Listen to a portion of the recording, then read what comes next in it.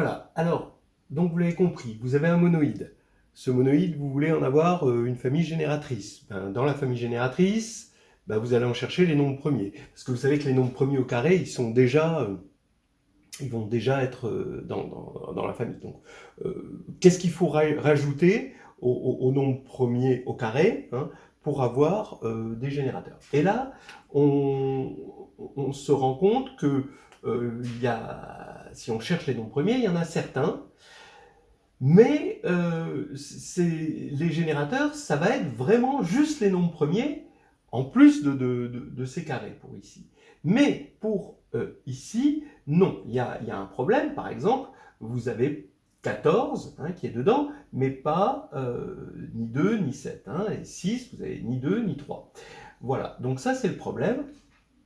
Regardons d'abord les nombres premiers. Donc vous allez avoir toujours les nombres premiers qui vont venir se rajouter au nombre premier au carré pour former une partie génératrice. Et vous allez avoir aussi les produits de deux nombres premiers qui vont être dans le monoïde M5. Hein, donc M pour D égale 5. Alors regardons juste les nombres premiers. Ben, vous avez 1. Bon, il n'est pas premier. Allez, on oublie. 5, bon, mais ça c'est évident. Donc lui, il est quand même un peu à part. Ensuite, qu'est-ce qu'on va avoir? Ben, 29, 41.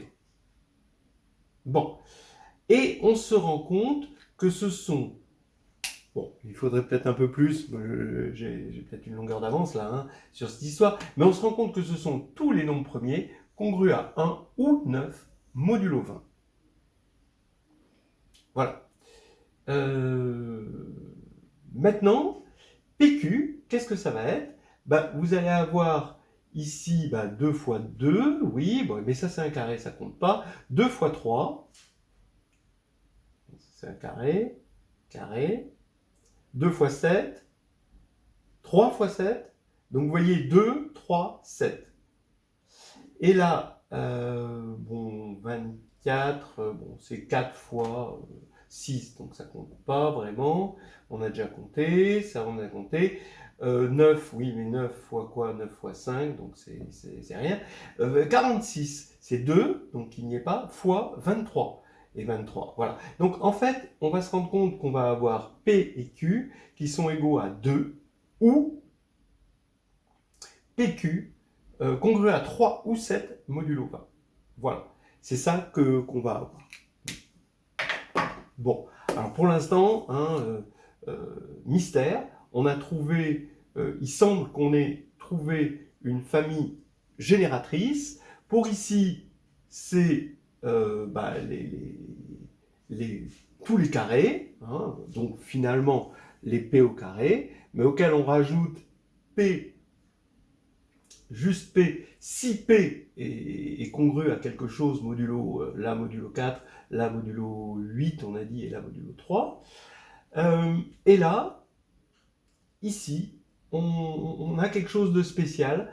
On a toujours les carrés, donc finalement les P carrés, hein, mais on a aussi des P soumis à une certaine congruence modulo 20 et des produits de PQ soumis à une autre congruence modulo 20 qui semble être incompatible avec la première. Voilà.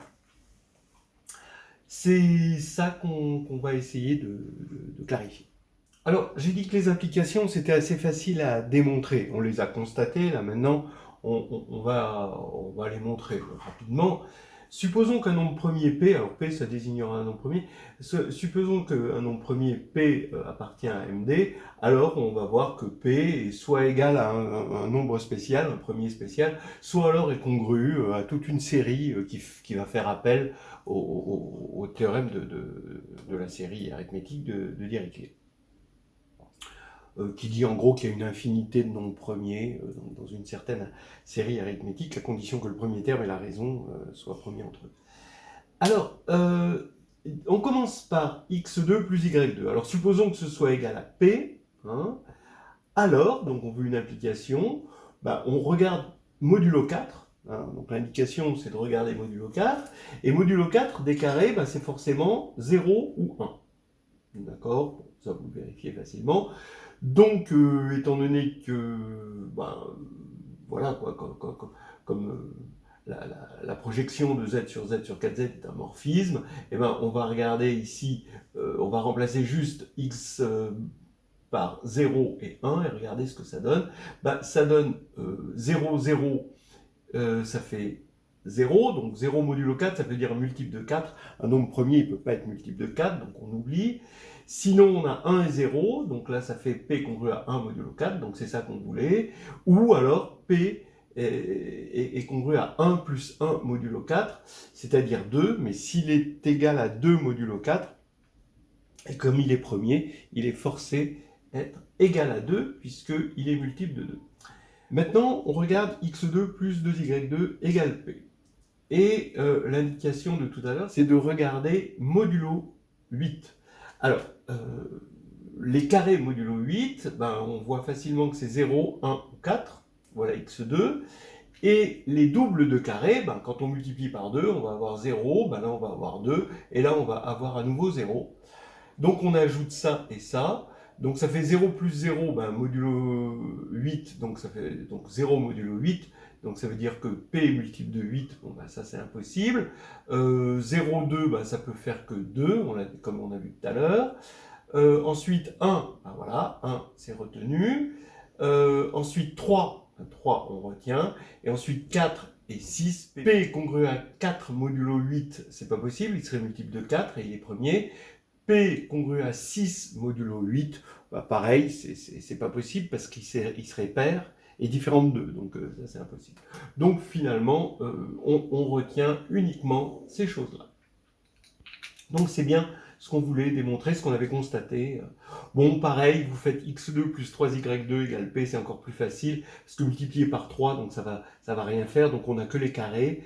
Donc, parce qu'on regarde les choses modulo 3, j'ai oublié de le dire, et on regarde que les carrés, donc ça va être 0 ou 1, modulo 3. Donc 0, bah, il n'y a que la possibilité d'avoir P égale 3, parce que P est premier, et sinon P est congru à 1 modulo 3, ça on sait qu'il y en a une infinité. Ensuite, oui, je voulais faire, parce qu'on s'en servira plus tard, x2 plus 5y2 égale P, et ben ça implique P égale 5, où P est congru à 1 ou 9 modulo 20. Alors l'indication c'est Z sur 20Z, donc x2 dans Z sur 20Z, ben, les carrés c'est 0, 1, 4, 9, 16, 16 c'est moins 4, et puis 5, c'est-à-dire 25, puis après ça se reboucle.